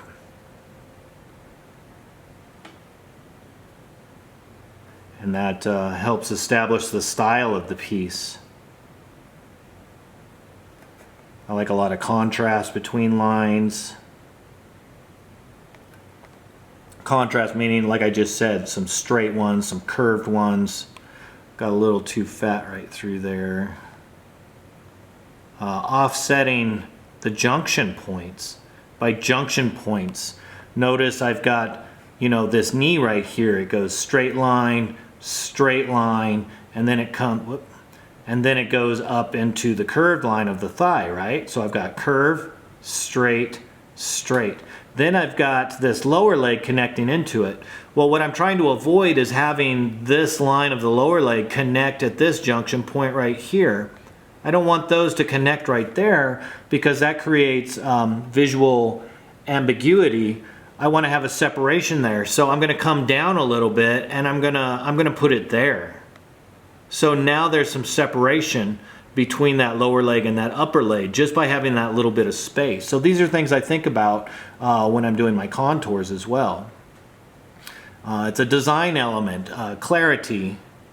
You know, so anytime you see like two separate elements and they're sharing a connection point, think about what you can do to improve that connection point to make it clear. I did the same thing here.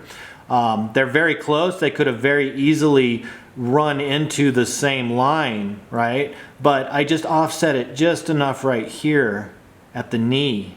Bring that down a little bit, and now that creates some more visual interest.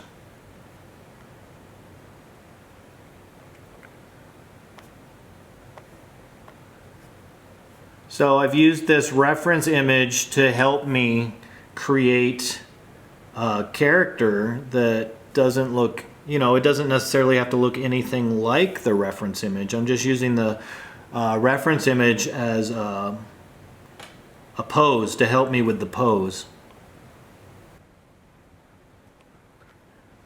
You know, now that I'm starting to get a little more in depth, you know, actually analyzing what I see here, because notice I didn't really define an elbow, but if you look at this elbow, you know, you've got this point where the elbow is, and then it kind of,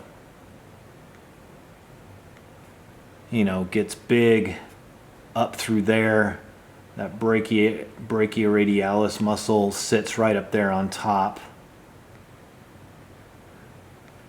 So I'm going to start paying attention to that as I create mine. Because notice I didn't do anything there.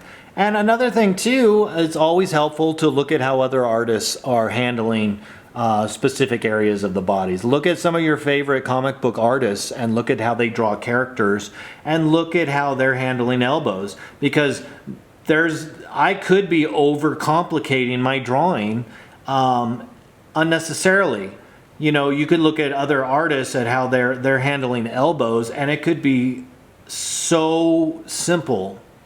You know, let's go ahead and let's look at let's just pull up some artwork really quick of some characters, and let's find one where we can actually see an arm in, you know, similar to the pose that I'm working on, and let's see how they handled the elbow.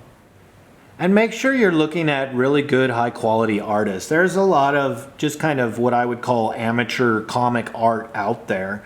You don't want to be using those as reference. You want to look at the best in the business. You know, you want to look at the artists who really know what they're doing, who've been doing this a long time. All right, so I didn't find a perfect pose, but here are a couple Spider-Mans where I think this one right here is pretty darn close to what we're going for in this particular one. This one's a little too far underneath, but let's just look at what's going on here. In this one we've got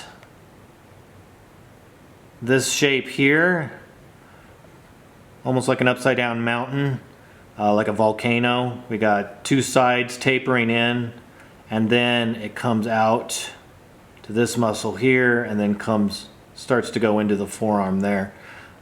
This changes direction again, and then comes into the forearm here. utilize that in how we draw our own. I'm just going to erase what I did here. And since I'm doing contour and I'm starting to take it more closer to a finish, I might want to go back to my reference layer. That's another thing in Procreate too. It keeps a history of colors you've been using. So since I just used that blue recently, it's still in my history, so I can just select it really quick and go right back to that layer. And then I can refine this a little bit. So for me, the point, I'm just going to keep it simple. Let's just do 2 lines to represent the peak of the elbow, and then come off of that this way and then this way. So 1, 2, 3, 4 lines right there, like that. His is actually angled a bit more out. Then it comes in and then goes into that big brachioradialis muscle.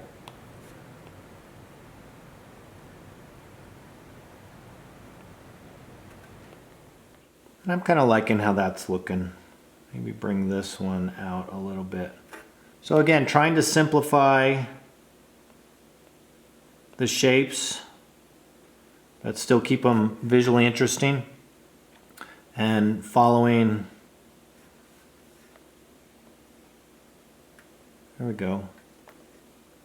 Yeah, that looks more comic bookish. So that's a nice thing. There's plenty of reference around to help you nail down the type of style you want to achieve.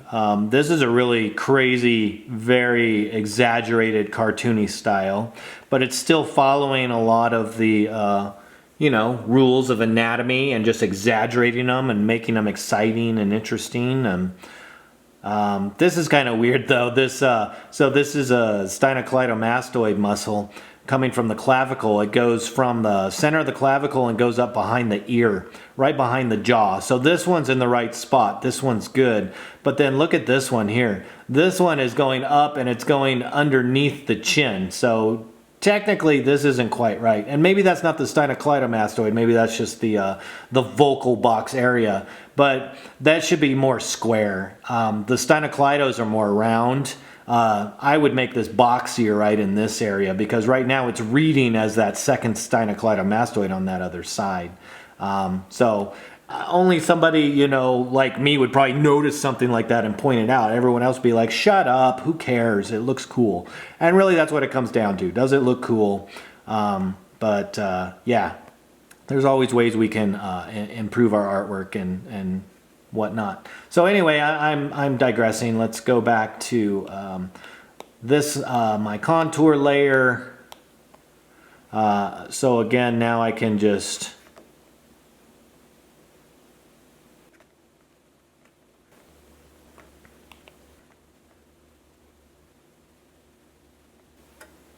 and then we'll just go to a point, come up,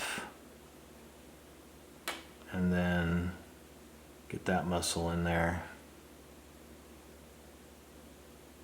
like that. I'm going to exaggerate this area a little bit, curve, and then come back the other way along that rib cage. If this were a really muscly figure with exaggerated muscles, we'd have the teres major back here connecting underneath the shoulder, the latissimus dorsi. You might see a little bit of it coming through here as well on the back muscles. So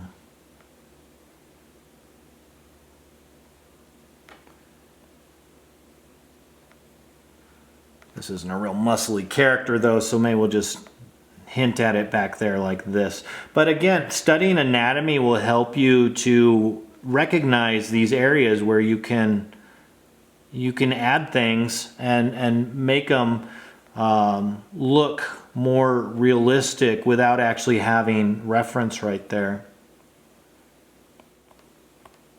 And I can do as many layers as I want, I've already done my stick figure. I did my rough in with the shapes. Now I'm doing like some contours. Doesn't necessarily mean this is going to be my finished artwork, but I'm working my way towards something. You know, I'm working my way towards my finished artwork. Eyes.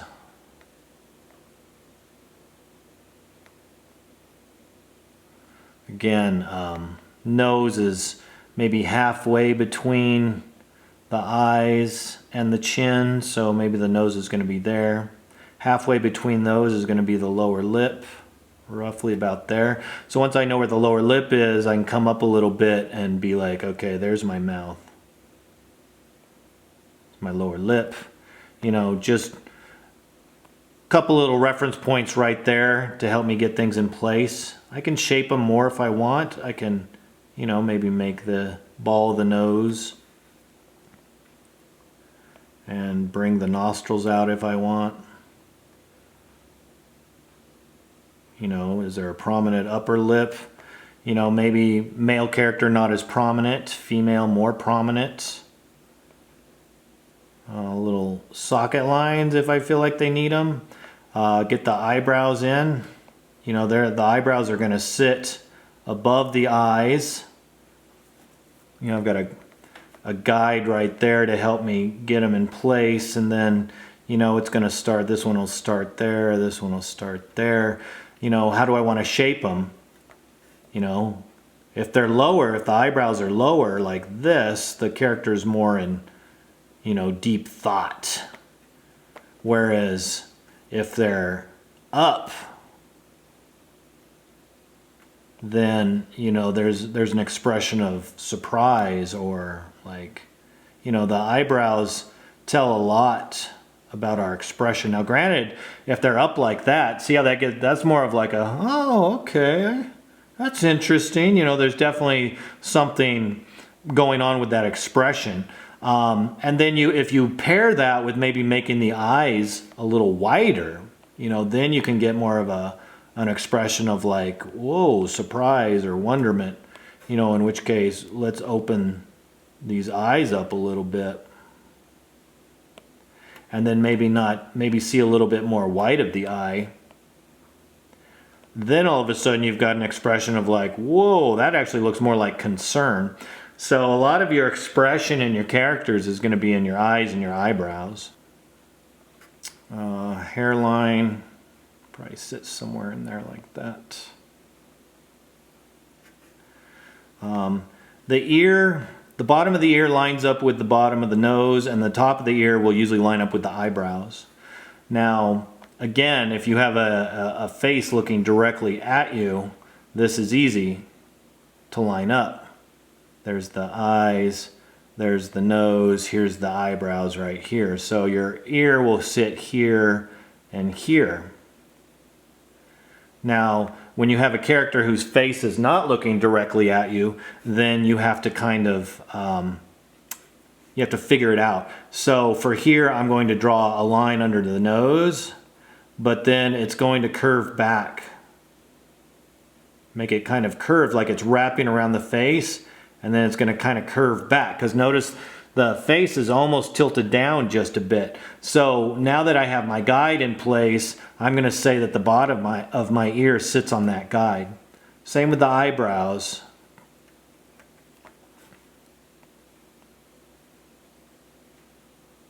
Just kind of wrap it like that, and then, you know, back here, I'll just do like the basic kind of coffin shape. By coffin shape, I mean it's kind of like, this is how I usually draw ears when I'm just roughing things in, just like a coffin, like that.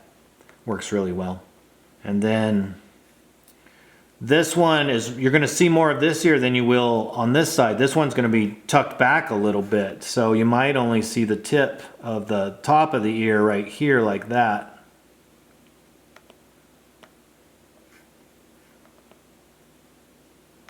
Because the head is turned this way a little bit.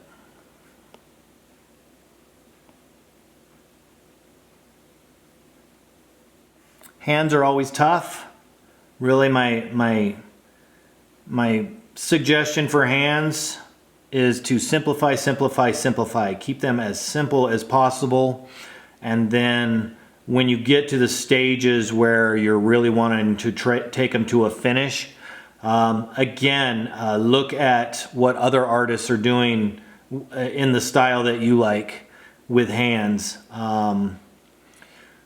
and try and replicate that. Hands are a whole subject in themselves. You know, maybe finding some tutorials online, looking at you know, the Loomis books were big back in the 50s, and they kind of set a standard for a lot of drawing. Andrew Loomis, he's got some books on drawing hands and the head. I don't know how relevant they are today. You know, there's probably a lot, maybe there's better stuff out there, but there's no easy approach to hands, in my opinion. Look and see what other people are doing. You know, Proco, look at his drawing courses. He's always got really good instructional videos. There's no easy way to do hands. The more you do them, I think you can develop just kind of a technique that works for you. You know, I like to do like just kind of a basic box for this part of the hand. And then doing individual boxes, long rectangular boxes for the fingers. And the more you do it, the more you get to where you can kind of see how they're placed. And there's that steinocleidomastoid I was talking about earlier. It comes back, so I'm imagining where the bottom of the ear is. And then I'm just drawing a line like that.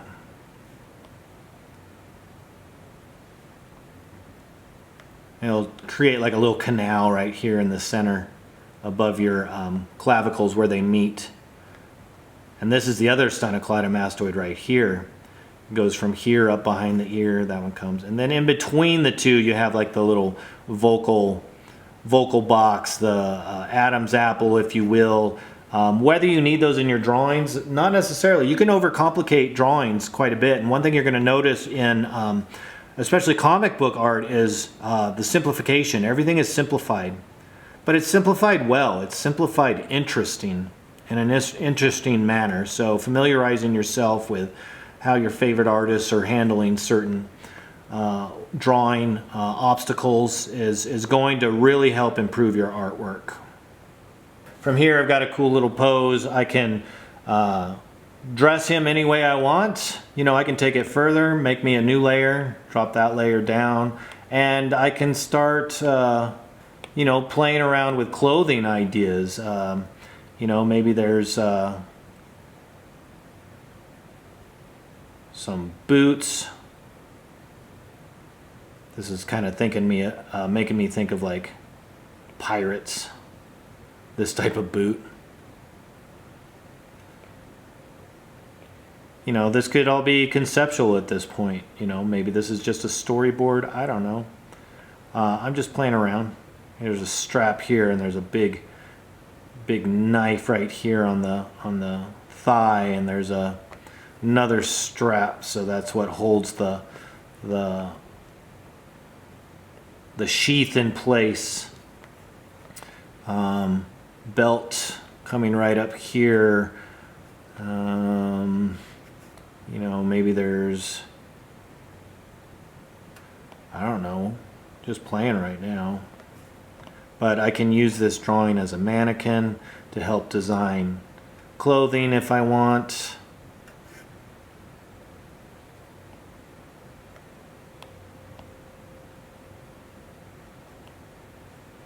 Very versatile process. Now it's just getting silly. This is like Peter Pan when he's all grown up.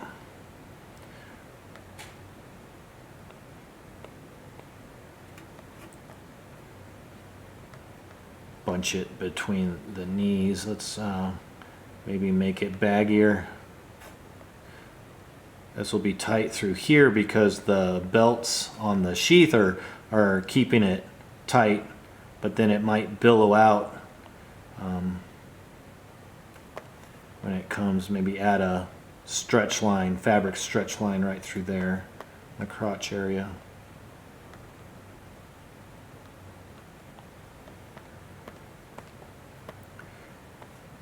Maybe he's holding something. Maybe he's got, I don't know.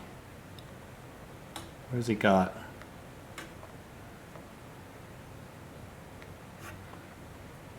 I don't know. He's flying. He's flying a kite. Stupid. All right. Whatever. So stupid. He's swinging through the jungle. And he's holding the head of his enemy. You can tell he's dead because the eyes are just X's. So stupid.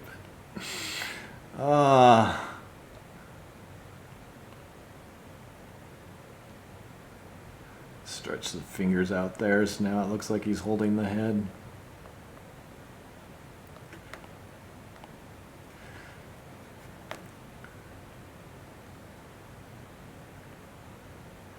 Oh my god, this is so dumb.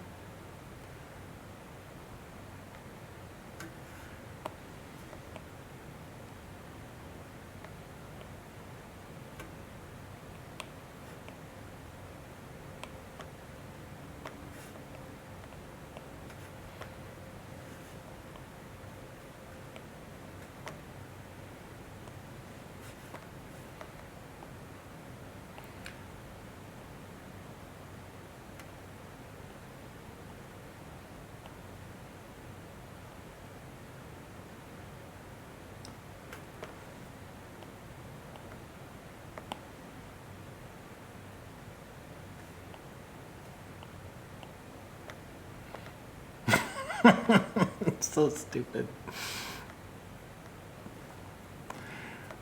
Let's give him long hair. His hair's like blowing behind him. Got more hair on this side as well. Oh my gosh, so dumb. But anyway.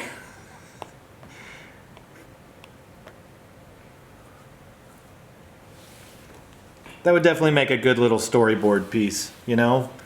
A good concept piece if you're fleshing out a panel. All right, that's that.